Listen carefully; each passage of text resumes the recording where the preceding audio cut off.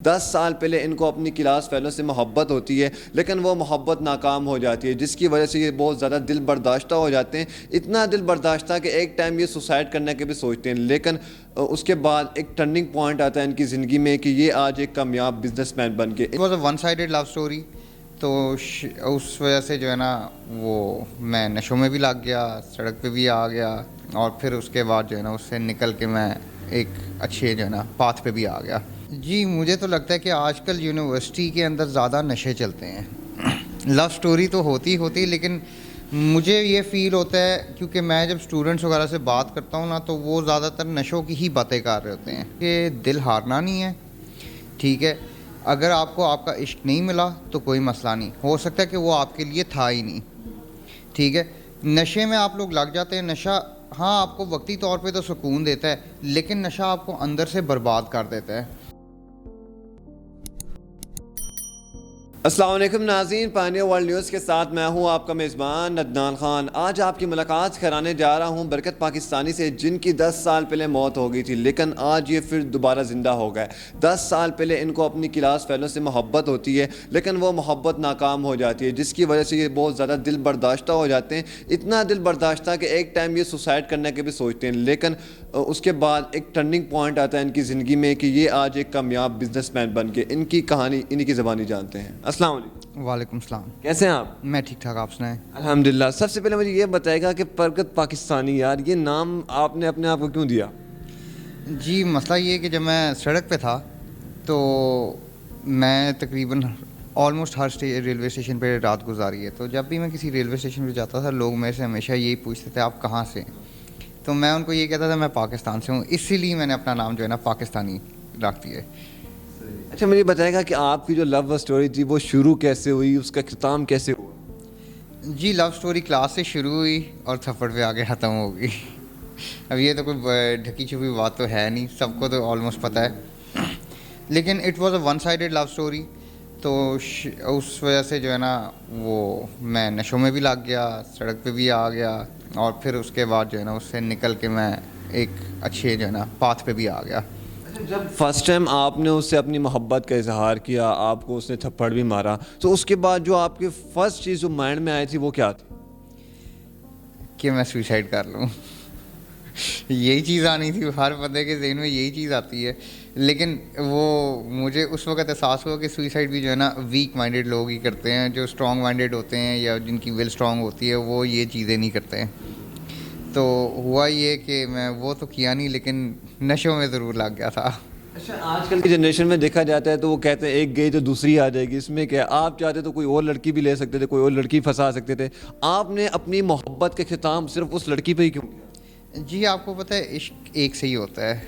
ٹھیک ہے، بار بار عشق تو آپ کرتے ہی نہیں ہو، اور وہ خاص کر جب آپ کی فیلنگ سچی ہوں تو پھر تو وہ آپ ریپلیس نہیں کر سکتے، جو مرضی کر لیں. تو بس پھر اس کے بعد اس لیے میں کسی اور کی طرف جو ہے نا کبھی دھیان ہی نہیں. ویسے اس سے پہلے بھی میرا کسی کی طرف دھیان نہیں ہوتا، بس وہ ایک ہی تھی جس نے آئی ہے اور آگے بس تباہی پھیر دی میری. جب آپ نشوں کی عادت میں لگ گئے تو اس کے بعد آپ کی جو زندگی میں ٹرننگ پوائنٹ آیا وہ کیسے آیا؟ جی جب میں روڈ پہ تھا تو نشوں پہ بھی تھا، تو میں اپنے آپ کو ہمیشہ، کیونکہ فرسٹ سیکنڈ آنے والا اسٹوڈنٹ تھا، ٹھیک ہے، اسٹرانگ ول پاور تھی، تو میں اس وقت اپنے آپ کو یہی کہتا تھا کہ یہ تیری جگہ نہیں ہے، یہ تیرا مقام نہیں جدو بیٹھا ہوا ہے، تجھے جو ہے نا یہاں سے نکلنا چاہیے. تو میں نے آہستہ آہستہ نشیوں سے جو ہے نا کنارہ کشی کرنی شروع کر دی اور محنت کرنی شروع کر دی. جب بھی مجھے جو ہے نا نشے کی طلب ہوتی تھی تو میں ہمیشہ جو ہے نا اور محنت کرتا تھا. اس سے یہ ہوتا تھا کہ میں اتنا تھک جاتا تھا کہ نشے کی طرف جو ہے نا مائنڈ جاتا ہی نہیں تھا. تو بس ادھر سے جو ہے نا محنت کرتے کرتے مجھے ڈی ایچ اے کا ریسٹورنٹ کی آپشن ملی. وہاں سے پھر یہ کیا کہتے ہیں جنرل ہاسپٹل آیا، اور یہاں سے آ کے جو ہے نا مجھے ایک بندہ ملا جس نے جاتے جاتے اپنی جو ہے نا لائف سیونگز مجھے دے دی. یہ میرا ٹرننگ پوائنٹ آیا. کہتے ہیں نا ایک شاعر کا شعر ہے کہ خود کو ترتیب دیا آخر کار اثر نو، زندگی میں تیرا انکار بہت کام آیا. میرے خیال سے اس کا انکار آپ کی زندگی میں بہت کام آیا. جی طویل سفر تھا، لیکن ہاں ان کا انکار تو کام آیا. اس کی وجہ سے جو ہے نا آج میں ادھر بیٹھا ہوں. آپ نے اپنی لائف کا اتنا بڑا حصہ گزار دیا، آپ کی لائف میں کن کن آپ کو مشکلات کا سامنا کرنا پڑا، کن کن رکاوٹوں کا سامنا؟ جی کوئی ایک ہو تو بندہ بتائے.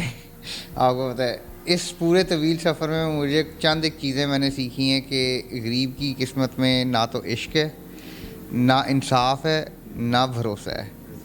ٹھیک ہے، اگر ہے تو صرف دھکے، ذلت اور رسوائی. تو یہ تھوڑی سی پرابلمس تھیں.